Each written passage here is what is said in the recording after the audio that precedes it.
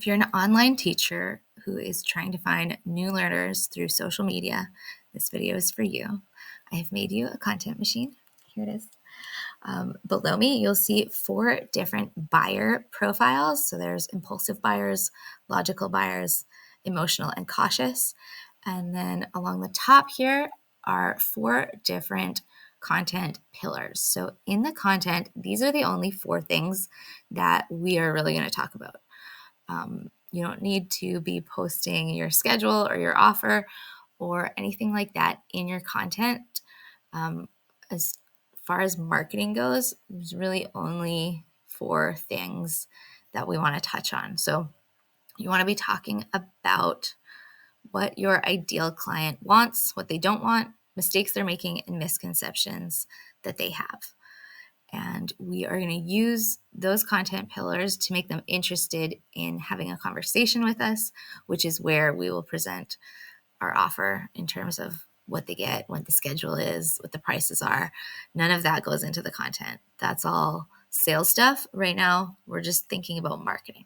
So what do parents want? Let's say we have a reading offer. So parents want a fluent reader. What they don't want is a bunch of stress along the way. They don't want to fight. They don't want their kid in tears because they hate reading and their teacher said they have to practice. Mistakes they're making. Maybe they're covering up the pictures, thinking that that's going to push their kid to read, when really it's just making the book less enjoyable.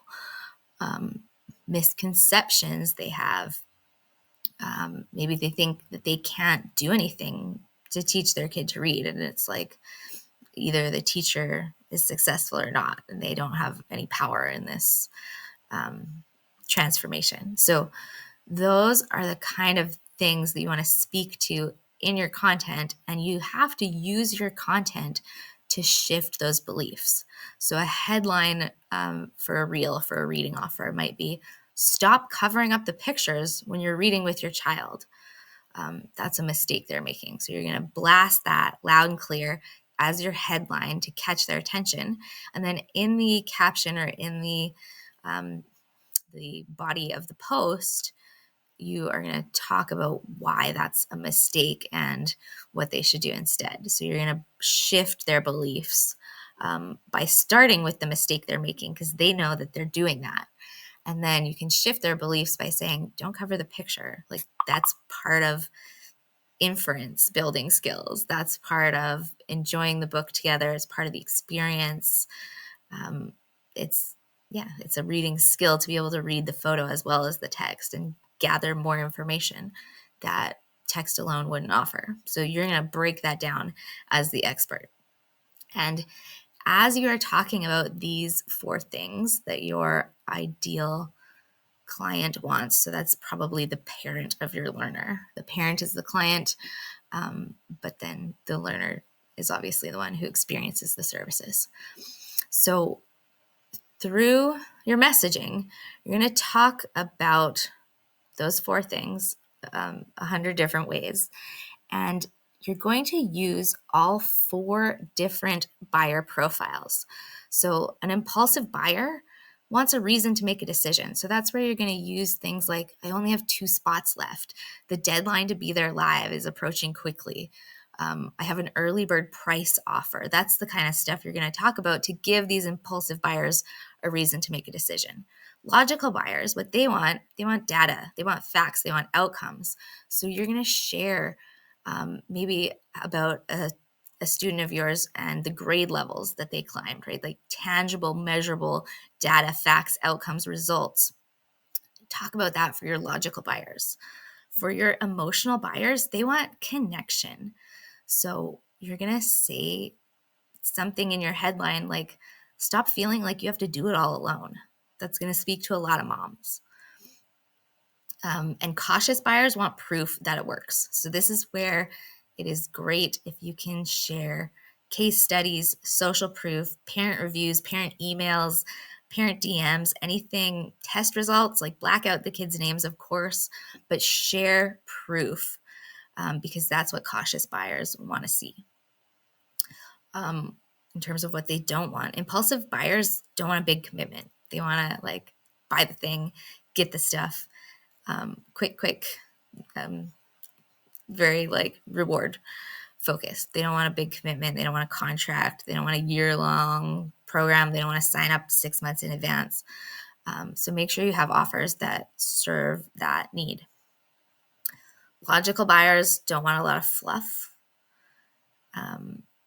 But then not every piece of content is going to speak to every type of buyer, right? So emotional buyers, they don't want to feel alone. You want to share content that helps them relate to you, which to a logical buyer might look like fluff. So you have to keep in mind, not every piece of content is going to hit for every single person, and that's okay. And cautious buyers don't want a lot of risk. So if you can show them that it is the right decision, it is a safe decision, that is going to help. So you can, again, talk about like in your content, how do you keep your classroom secure? How do you make sure that you're protecting the privacy of these kids? What do you do if like something weird happens in the classroom? Like that's where you can share actual stories of like, this weird thing happened in my classroom today, and this is what I had to do. Let us like kind of peek behind the curtain there, but while you're sharing stories like that, touch on things that parents might be concerned about, like the risk of putting their kids on camera online. Impulsive buyers, I'm on on this cell now. I don't know if you can see my mouse. Mistakes that impulsive buyers make. They don't have focus. So a headline there could be, stop wasting time on blank, like thing that you know doesn't matter, but maybe parents don't know that. Again, we could use that with logical buyers. They are making mistakes, trial and error, trying to fix it themselves, which like leans right into the misconceptions column too. They think they don't need help. They think it's not urgent. So we want to give them reasons, like the knowledge gap is not going to close itself. It's only going to get bigger. This is actually kind of urgent. You might want to deal with it. Content that moves them into that space. Don't wait until your kid is failing. Don't wait until your kid has a big stressful test. You should be supporting them even when they're doing well. The emotional buyers tend to overthink. So you want to kind of call them on that.